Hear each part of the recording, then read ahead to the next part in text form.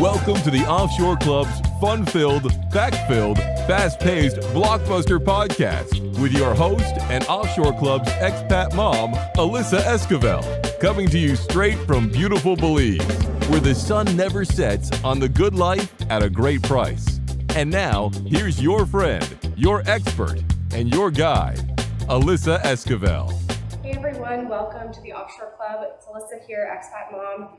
So excited to have you join us again today. So as I am continuing on just this concept of how do you choose where you're going to be, I know one of the important questions we ask as a family is, what does education look like?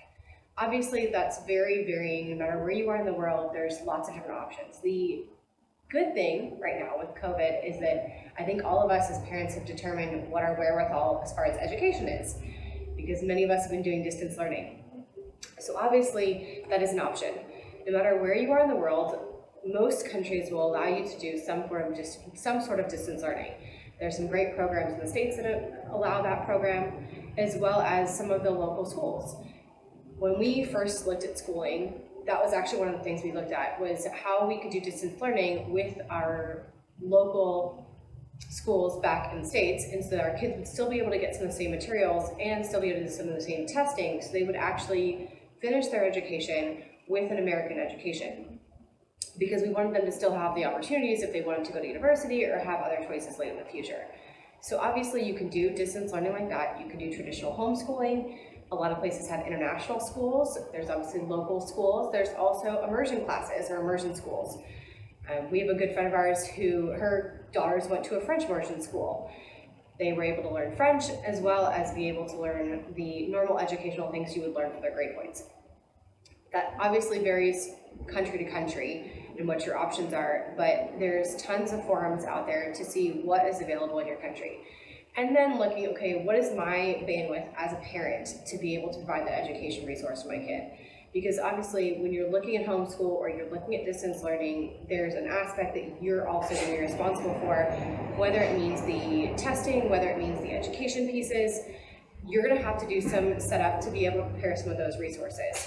So it might mean that with some of the programs that we, for instance, had looked at with homeschooling, it meant we were going to have to do hours. I was going to have to do hours of preparing my kids' educational material to be able to then provide hours of resources to them so that they could get tested, so they could be up to standard. That obviously didn't fit into our schedule, and even more so now being full-time with the job, that it just didn't fit in the mental capacity that I had in any given day to bring that to our two older children. We have two kids who are actually school-age children, and then another that would be preschool. And I do the primary teaching with them right now. And honestly, that just wasn't in my wherewithal. I didn't have the mental capacity, I didn't have the time capacity. And I don't know about you guys, but when you get to that point where you're pushing, then something suffers. And then it becomes frustration and anxiety and stress with your kids. And I didn't want my relationship with my kids to be shifted and changed based on what I had to bring them with education. So then I chose materials that fit our lifestyle, that fit what we needed. There are some really great benefits of being able to work within a homeschool setting, and especially if you are looking at being an expat overseas, is that you have the capacity and you have the ability to train and to teach your kids on the way that you think is the right system. So whether that means that for your family that you do year-round schooling, or you could do just the normal term schooling, you make that call. And then you can submit at the end of the year what the testing is that you need to submit. Some places do require you to do testing with them on site. Obviously, if that's the standpoint that you choose and working with a local school, then you'd have to be able to come back to the States or wherever you're getting your child certified. So that's obviously something to consider also. For us, we try and visit family at least once a year, and so that's how we just do it. We would have built it into that time frame. Right now, our kids are actually in a local school. It's been a great environment for our daughter, especially. She loves being able to meet new friends, and she's a very social person, and so that really fit her personality.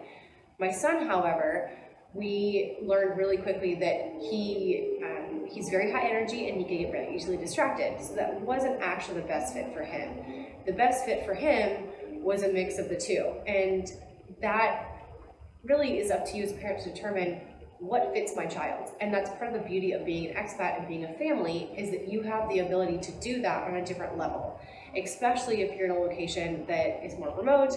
Then you have the ability to bring them what's the best product for them. And I just want to encourage you, it might not be the same thing for all of your kids. If you have multiple kids of different ages, it might be that the best fit for one of them is an international school, and the best fit for another is to homeschool. But that's where you as a parent have the ability to make that decision and choose what fits your child. I hope this helps some of you guys today as you're thinking about decisions, and look forward to the questions that you have. Don't forget to email me and to message me on the Offshore page if you have any questions.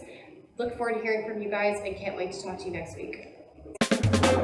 And that's a wrap. Thanks for joining us at the Offshore Club. For more information on the Offshore Club or to contact Alyssa Esquivel, visit www.offshore.club today.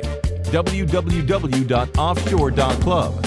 That's www.offshore.club. See you next time at the Offshore Club.